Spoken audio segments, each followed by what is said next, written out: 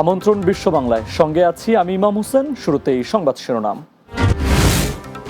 লন্ডনে বাংলাদেশের সাথে প্রতিবেশীদের সম্পর্ক নিয়ে লিংক ইন্ডিয়ার সেমিনার অনুষ্ঠিত। দু দেশের জনগণের সাথে সম্পর্ক নিয়ে আলোচনা। ইস্ট লন্ডন মসজিদ কমিটির উদ্যোগে সাংবাদিকদের সম্মানে ইফতার মাহফিল, সেবা পরিধি বাড়ানোর ঘোষণা। এবং যুক্তরাজ্য বাংলাদেশ প্রবাসী কল্যাণ পরিষদের উদ্যোগে ইফতার মাহফিল, প্রবাসীদের মিলন মেলা।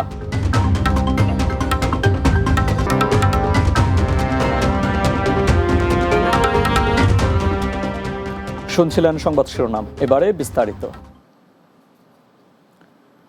লন্ডনে নির্বাচন পরবর্তী বাংলাদেশের সাথে ভারত সহ প্রতিবেশীদের সম্পর্ক নিয়ে লিংক ইন্ডিয়ার সেমিনার অনুষ্ঠিত হয়েছে। অনুষ্ঠানে দুদেশের জনগণের সাথে সম্পর্ক কি হবে তার উপর আলোকপাত করা হয়।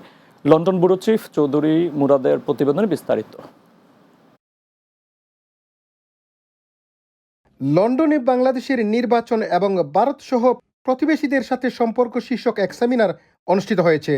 24 ফেব্রুয়ারি মঙ্গলবার সেন্ট্রাল লন্ডনে লিংক ইন্ডিয়া নামের থিঙ্ক ট্যাঙ্ক দাতব্য সংস্থার উদ্যোগে এ সেমিনার অনুষ্ঠিত হয়। সেমিনারে অংশগ্রহণকারীদের মধ্যে ছিলেন লিংক ইন্ডিয়ার ট্রাস্টি অশ্বিন কুমার স্বামী, সুইস বাংলাদেশ স্ট্র্যাটেজি ফোরামের পরিচালক Christopher Blackburn, global centre for Democratic governance কানাডার পরিচালক অধ্যাপক ডক্টর হাবিবে মিল্লাত, মার্কিন নৌবাহিনী এবং রোড আইল্যান্ডের মার্কিন স্টেট প্রতিনিধি রবার্ট বব ল্যান্সিয়া, বাংলাদেশ মানবাধিকার ও সংবিধান বিষয়ক আন্তর্জাতিক আইন বিশেষজ্ঞ ব্যারিস্টার তানিয়া আমির, লেখক ও রাজনৈতিক বিশ্লেষক প্রিয়জিৎ দেব সরকার।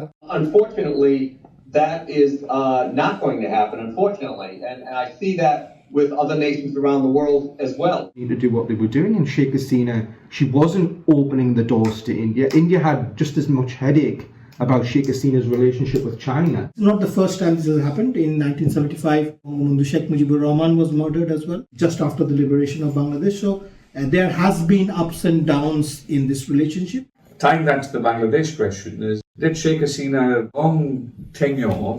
So if it's pluralist, if we have the space, then we can be part of this. Which makes it easier. I mean, if you want to talk about secularism. In the case of Bangladesh, or even as like the Congress Party did its share, Anti-Indian sentiment in Bangladesh at the moment, if not majority, but many of them. Had it not been for the people of Bengal, the solidarity that was felt. সেমিনারে আলোচকরা 71 সালের মহান মুক্তিযুদ্ধে ভারতের অবদানের কথা স্মরণ করে বাংলাদেশের সদ্য নির্বাচনী ফলাফল এবং বাংলাদেশের সামনে থাকা চ্যালেঞ্জ, আইনের শাসন প্রতিষ্ঠা, লিঙ্গ সমতা, অর্থনৈতিক ক্ষমতায়ন, সংখ্যালঘু নির্যাতন এবং প্রতিবেশী ভারতের সাথে বন্ধুত্বপূর্ণ সম্পর্ক প্রতিষ্ঠা, বিশেষ করে দুদেশের জনগণের সাথে সম্পর্ক কি হবে তা নিয়ে আলোকপাত করা হয়। Chowdhury Murad, Bangla TV news, London. যুক্তরাজ্যের ইস্ট লন্ডন মসজিদ আগামী 5 বছরের জন্য সেবার পরিধি বৃদ্ধি ও আর্থিক স্বয়ংসম্পূর্ণতা অর্জনে একটি সমন্বিত পরিকল্পনা ঘোষণা করেছে। বাংলা মিডিয়ার সাংবাদিকদের সম্মানে আয়োজিত এক ইফতার মাহফিলে এ ঘোষণা দেন মসজিদ কমিটির নেতৃবৃন্দ। অনুষ্ঠানে বক্তব্য রাখেন মসজিদের chairman doctor Abdul Hai Murshed, secretary Sirajul Islam Hira এবং সিইও জুনায়েদ আহমদ। রমজানের তাৎপর্য তুলে ধরেন প্রধান ইমাম ও খতিব শেখ আব্দুল কাইয়ুম। আর উপস্থিত ছিলেন ট্রাস্টি মোহাম্মদ আব্দুল মালিক। অনুষ্ঠানে পবিত্র কুরআন তেলাওয়াত করেন মিশর থেকে আগত তারাবি ইমাম হাফিজ মুইতাজ আল ঘানাম। ক্রমবর্ধমান মুসল্লি ও কমিউনিটির চাহিদা পূরণ এবং বিদ্যমান ঋণ পরিশোধের মাধ্যমে একটি স্থিতিশীল ও টেকসই আর্থিক কাঠামো গড়ে তোলার প্রয়োজনীয়তা থেকেই এই 5 বছর মেয়াদী পরিকল্পনা নেওয়া হয়।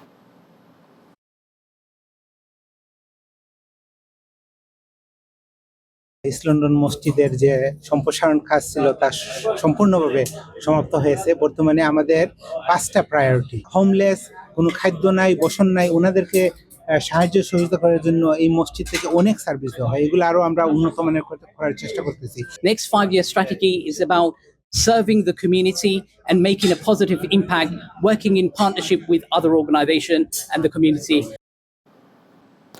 যুক্তরাজ্যে বাংলাদেশ প্রবাসী কল্যাণ পরিষদের উদ্যোগে ইফতার মাহফিল ও আলোচনা সভা অনুষ্ঠিত হয়েছে। যুক্তরাজ্য হোয়াইট চ্যাপেলের একটি রেস্টুরেন্টে এ আয়োজন করা হয়।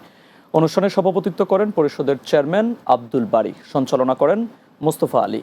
সভায় প্রধান অতিথি হিসেবে টেলিকনফারেন্সের মাধ্যমে বক্তব্য রাখেন বাংলাদেশ সরকারের প্রবাসী কল্যাণ ও বৈদেশিক কর্মসংস্থান মন্ত্রী আরিফুল হক চৌধুরী। এ সময় অনুষ্ঠানে প্রধানমন্ত্রী তারেক রহমানের উদ্দেশ্যে প্রেরিত বার্তা গ্রহণ করেন ইউকে বিএনপির আহ্বায়ক আবুল কালাম আজাদ এবং সদস্য সচিব খসরুজ্জামান খসরু। বিরোধী দলীয় প্রধানের উদ্দেশ্যে প্রেরিত পত্র গ্রহণ করেন ইউরোপ জামায়াতের মুখপাত্র আবু বকর মোল্লা।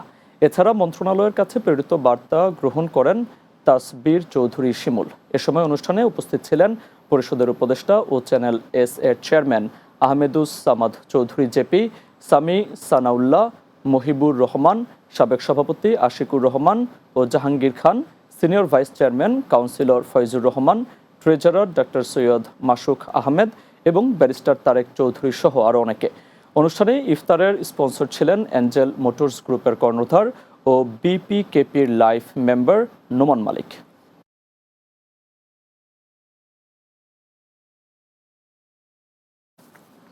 এবার বাংলাদেশের খবর। জাতীয় জীবনে বিভিন্ন গুরুত্বপূর্ণ শাখায় গৌরবোজ্জ্বল অবদানের স্বীকৃতিস্বরূপ দেশের দ্বিতীয় সর্বোচ্চ বেসামরিক সম্মাননা ২১শে পদক ২০২৬ প্রদান করেছেন প্রধানমন্ত্রী তারেক রহমান। বৃহস্পতিবার সকালে রাজধানীর ওসমানী স্মৃতি মিলনায়তনে দেশের ৯ জন বিশিষ্ট ব্যক্তি এবং একটি প্রতিষ্ঠানকে এই রাষ্ট্রীয় স্বীকৃতি তুলে দেন প্রধানমন্ত্রী। এ সময় তিনি বলেন, রাজনৈতিক মতাদর্শের ঊর্ধ্বে উঠে গুণীজনদের সম্মান জানাতে প্রতিজ্ঞাবদ্ধ তার সরকার। বিস্তারিত বুলবুল আহমেদের প্রতিবেদনে। বৃহস্পতিবার সকালে রাজধানীর ওসমানী স্মৃতি মিলনায়তনে ২১শে পদক ২০২৬ প্রদান অনুষ্ঠানে যোগ দেন প্রধানমন্ত্রী তারেক রহমান। ২১শে পদক অনুষ্ঠানের সূচনা বক্তৃতায় জ্ঞান বিজ্ঞান কিংবা শিল্প সাহিত্য চর্চার ধারা আরও শানিত ও বিকশিত হওয়ার প্রত্যাশা ব্যক্ত করেন প্রধানমন্ত্রী। বলেন, বাংলা ভাষা ও সাহিত্য নিশ্চয় একদিন বিশ্বজগতে আলো ছড়াবে। শিক্ষা, সাহিত্য, শিল্পকলা, বিজ্ঞান ও প্রযুক্তি অর্থাৎ জ্ঞান বিজ্ঞানে সব শাখায় যাতে দেশ এগিয়ে যেতে পারে, নৈতিক মানসম্পন্ন তেমন একটি উদার গণতান্ত্রিক রাষ্ট্র ব্যবস্থা প্রতিষ্ঠার লক্ষ্যে বর্তমান গণতান্ত্রিক সরকার অবশ্যই কাজ করবে। তার দল সবসময় গুণী মানুষের মূল্যায়নকে প্রাধান্য দিয়ে কাজ করছে উল্লেখ করে তিনি জানান, সরকার সবসময় গুণীদের সম্মান জানাতে প্রস্তুত। সেক্ষেত্রে কোনো আদর্শিক মত বিবেচনা করা হবে না। শিক্ষা, গবেষণা এবং শিল্প সাহিত্যের চর্চাকে আরও বেগবান করতে রাষ্ট্র এবং সরকার তার দায়িত্ব অবশ্যই পালন করবে। অনুষ্ঠানে নিজ নিজ ক্ষেত্রে বিশেষ অবদান রাখায় দেশের ৯ জন বিশিষ্ট ব্যক্তি এবং একটি প্রতিষ্ঠানকে ২১শে পদক ২০২৬ তুলে দেন প্রধানমন্ত্রী তারেক রহমান। বুলবুল আহমেদ, বাংলা টিভি, ঢাকা। প্রধানমন্ত্রী তারেক রহমান বলেছেন, অমর একুশে বইমেলা বাঙালির মেধা, মনন ও মুক্ত চিন্তার বাতিঘর। বৃহস্পতিবার বিকেলে বাংলা একাডেমি প্রাঙ্গণে অমর একুশে বইমেলার উদ্বোধনী অনুষ্ঠানে প্রধানমন্ত্রী একথা বলেন। এ সময় আগামীতে এই বইমেলাকে অমর একুশে আন্তর্জাতিক বইমেলা হিসেবে চালু করা যায় কিনা তার সম্ভাব্যতা যাচাই করে দেখতে আয়োজকদের অনুরোধ করেন তারেক রহমান। বহুমাত্রিক বাংলাদেশ এ প্রতিপাদ্যকে সামনে রেখে এবারের মেলা শুরু হয়েছে। মেলা চলবে আগামী ১৫ মার্চ পর্যন্ত। ছুটির দিন ছাড়া প্রতিদিন বেলা ২টা থেকে রাত ৯টা এবং ছুটির দিনে সকাল ১১টা থেকে রাত ৯টা পর্যন্ত দর্শনার্থীদের জন্য খোলা থাকবে মেলা প্রাঙ্গণ। তবে রাত ৮:৩০টার পর প্রবেশ বন্ধ থাকবে। প্রতিযোগিতামূলক বিশ্বে সমৃদ্ধি এবং সম্মানের সঙ্গে টিকে থাকতে হলে জ্ঞান এবং মেধাভিত্তিক রাষ্ট্র ও সমাজ প্রতিষ্ঠার মনে হয় বিকল্প নেই আমাদের সামনে। আগামী বছরগুলোতে অমর একুশে বইমেলা অমর একুশে আন্তর্জাতিক বইমেলা হিসেবে আয়োজন করার সুযোগ রয়েছে কিনা সেটি আমি আপনাদের সকলকে ভেবে দেখার অনুরোধ জানাবো। মন্ত্রিসভার প্রথম বৈঠকে ১০,০০০ টাকা পর্যন্ত কৃষি ঋণ সুদসহ মওকুফের সিদ্ধান্ত নেওয়া হয়েছে। প্রধানমন্ত্রী তারেক রহমানের সভাপতিত্বে বৃহস্পতিবার সচিবালয়ে মন্ত্রিসভা বৈঠকে এই সিদ্ধান্ত নেওয়া হয়। বিকেলে সচিবালয়ে সাংবাদিকদের সম্মেলনে একথা জানান মন্ত্রিপরিষদ সচিব নাসিমুল গনি। মন্ত্রিপরিষদ সচিব বলেন, এটা যুগান্তকারী সিদ্ধান্ত। এর মাধ্যমে ১২ লাখ কৃষক উপকৃত হবেন। মন্ত্রিপরিষদ সচিব আরও বলেন, গ্রামীণ মূল্যস্ফীতি হ্রাস পাওয়ার সাথে সাথে কৃষকদের উৎপাদন বৃদ্ধিতে সহায়ক হবেন। ফসল, মৎস্য ও পশুপালন খাতে ১০,০০০ টাকা পর্যন্ত কৃষি ঋণ সুদ সহ মওকুফের সিদ্ধান্ত গ্রহণ করেছে। এর মূল লক্ষ্য হল দরিদ্র কৃষকদের সামাজিক নিরাপত্তা নিশ্চিত করা এবং কৃষি খাতের মেরুদণ্ডকে শক্তিশালী করা। বাংলাদেশ ব্যাংকের তথ্য মতে সরকারি বাণিজ্যিক ও বিশেষায়িত ব্যাংক সমূহ এবং বেসরকারি বাণিজ্যিক ব্যাংক সমূহে 25 ফেব্রুয়ারি 2026 পর্যন্ত সুদসহ কৃষকদের নিকট পাওনা রয়েছে প্রায় 1550 কোটি টাকা, যা এই মওকুফের আওতাভুক্ত হবে। নৌপথে ঈদযাত্রা নির্বিঘ্ন করতে সব ধরনের ব্যবস্থা নেওয়া হয়েছে বলে জানিয়েছেন নৌ, রেল, সেতু ও সড়ক পরিবহন মন্ত্রী শেখ রবিউল আলম রবি। বৃহস্পতিবার দুপুরে সচিবালয়ে ঈদ উল ফিতর উপলক্ষে নিরাপদ নৌযাত্রা নিশ্চিতকরণার্থে প্রস্তুতিমূলক সভায় একথা জানান তিনি।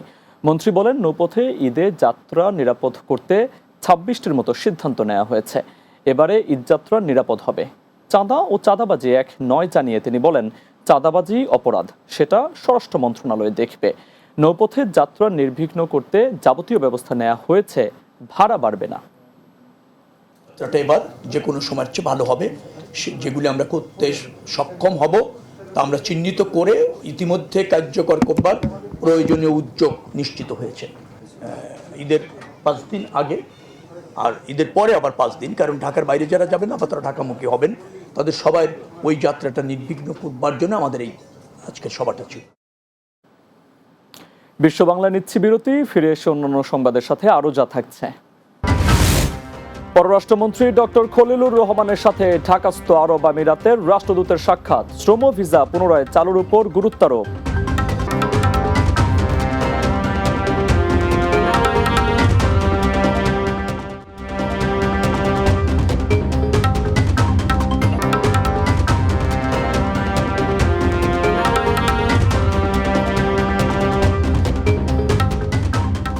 বিরতির পর বিশ্ব বাংলায় স্বাগত আরও একবার। আরব আমিরাতে শ্রম ভিসা পুনরায় চালুর অনুরোধ জানিয়েছে পররাষ্ট্রমন্ত্রী ডক্টর খলিলুর রহমান।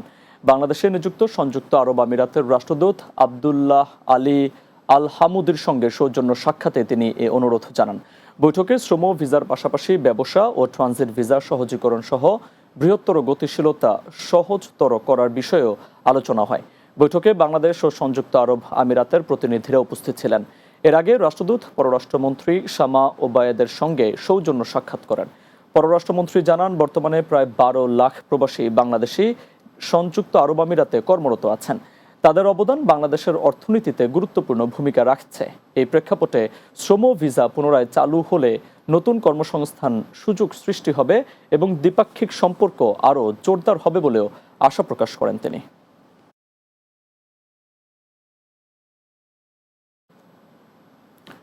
চারপাশে সবকিছু শুকিয়ে গেছে, নদী নেই, কূপে পানি নেই, ট্যাপ ঘুরালেও এক ফোঁটা জল পড়ে না।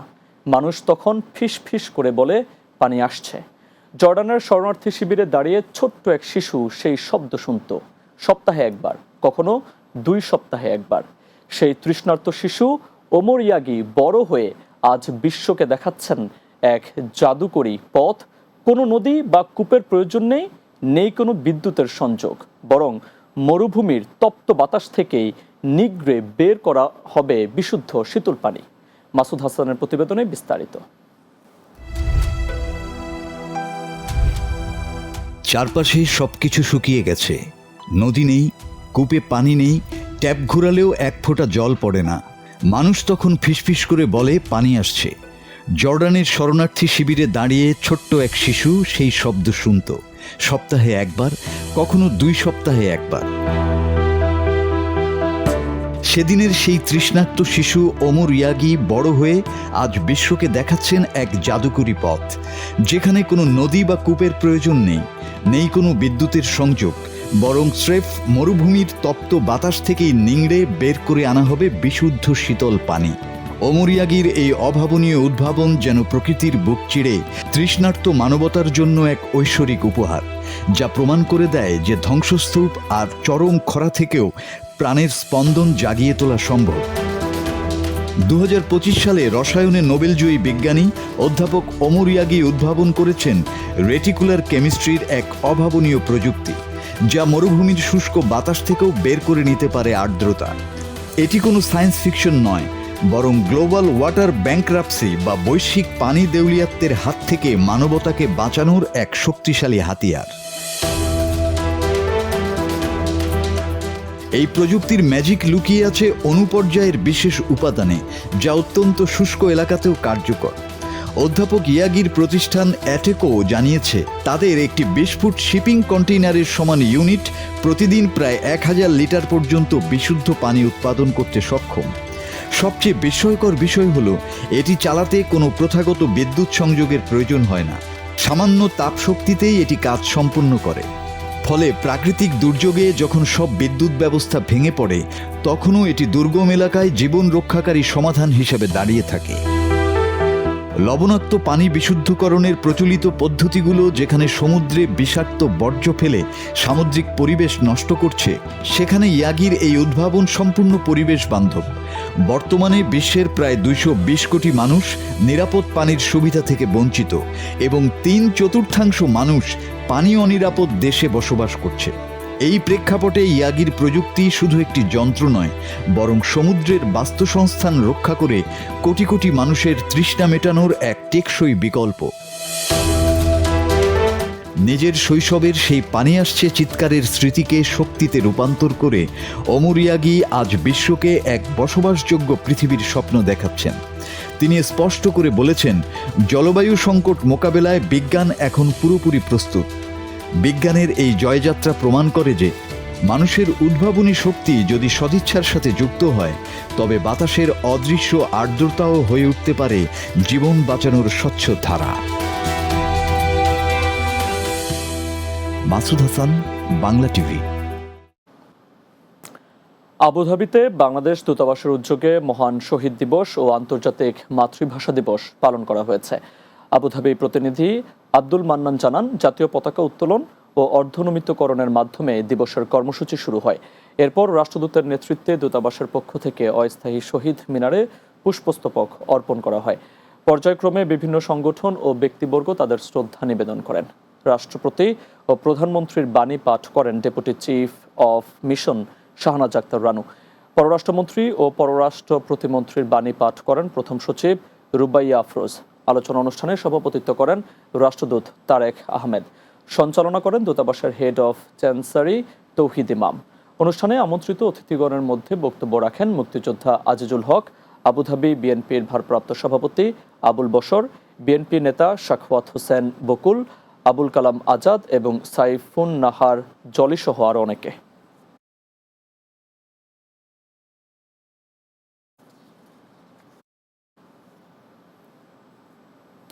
এবার আন্তর্জাতিক প্রসঙ্গ। মোস্ট ওয়ান্টেড মাদক সম্রাট এল মেনচো নিহত হওয়ার পর মেক্সিকো জুড়ে চলছে তাণ্ডব। এল মেনচোকে হত্যার পর দেশটির অন্তত 20টি রাজ্যেই সহিংসতা শুরু হয়েছে। এতে মেক্সিকোর ন্যাশনাল গার্ডের 25 জন সদস্য নিহত হয়েছে। মেক্সিকান বিশেষ বাহিনীর হাতে ধরা পড়ার কিছুক্ষণ পরেই হেফাজতে থাকা অবস্থায় মারা যান এল মেনচো। কুখ্যাত এই মাদক কারবারিকে ধরার জন্য কয়েক বছর ধরেই চেষ্টা চালাচ্ছিল যুক্তরাষ্ট্র মেক্সিকো। উভয় দেশ সংগঠিত অপরাধ এবং মাদক পাচারের জন্য অসংখ্য গ্রেপ্তারি পরোয়ানা জারি হয়েছে তার বিরুদ্ধে। ডেস্ক রিপোর্টে বিস্তারিত।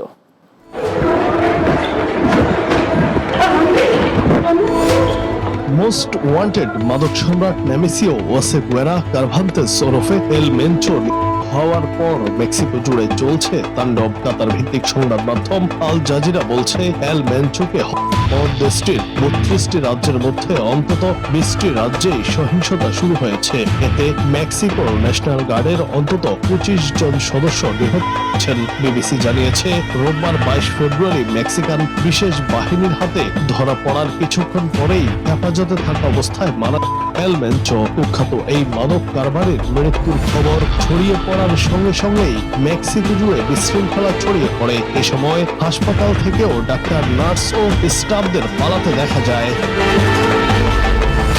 এল মেনচোকে ধরার জন্য কয়েক বছর ধরেই চেষ্টা চালাচ্ছিল যুক্তরাষ্ট্র ও মেক্সিকো। উভয় দেশে সংঘটিত অপরাধ এবং মাদক পাচারের জন্য অসংখ্য গ্রেফতারি পরোয়ানা জারি হয়েছে শীর্ষ এই মাদক কারবারের বিরুদ্ধে। মার্কিন সরকার এল মেনচোর মাথার দাম পুরস্কার হিসেবে ঘোষণা করেছিল $15 মিলিয়ন। তাতেও লাভ হলো না। তবে শেষমেশ এল মেনচোর এক গার্লফ্রেন্ডই তার মৃত্যু কারণ হলো। প্রেমিকার পিছু নিয়ে তার অবস্থান শনাক্ত করে তাকে করে গোয়েন্দা, মেক্সিকোর আর্মি, ন্যাশনাল গার্ডের বাহিনীর সদস্যরা মিলে। অভিযানের সময় দুইবার দুজন বডিগার্ডকে সঙ্গে নিয়ে পালানোর চেষ্টা করে এল মেনচো। শেষমেশ কুখ্যাত এই মাদক সম্রাটকে ধরতে সফল হয় মেক্সিকান বাহিনী। তবে অভিযানের সময় গুরুতর আহত এল মেনচো এবং তাকে রাজধানীতে নিয়ে যাওয়ার পথে তিনি মারা যান।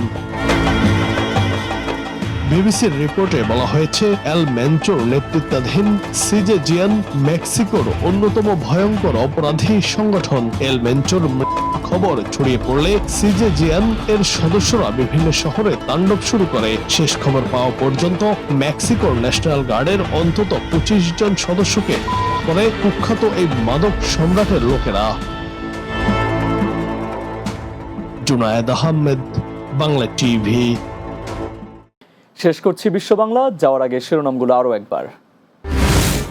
লন্ডনে বাংলাদেশের সাথে প্রতিবেশীদের সম্পর্ক নিয়ে লিংক ইন্ডিয়ার সেমিনার অনুষ্ঠিত। দুই দেশের জনগণের সাথে সম্পর্ক নিয়ে আলোচনা। ইস্ট লন্ডন মসজিদ কমিটির উদ্যোগে সাংবাদিকদের সম্মানে ইফতার মাহফিল, সেবা পরিধি বাড়ানোর ঘোষণা। যুক্তরাজ্যে বাংলাদেশি প্রবাসী কল্যাণ পরিষদ ও উদ্যোগে ইফতার মাহফিল, প্রবাসীদের মিলন মেলা। এবং পররাষ্ট্রমন্ত্রী ডক্টর খলিলুর রহমানের সাথে ঢাকাস্থ আরব আমিরাতের রাষ্ট্রদূতের সাক্ষাৎ, শ্রম ভিসা পুনরায় চালুর উপর গুরুত্বারোপ।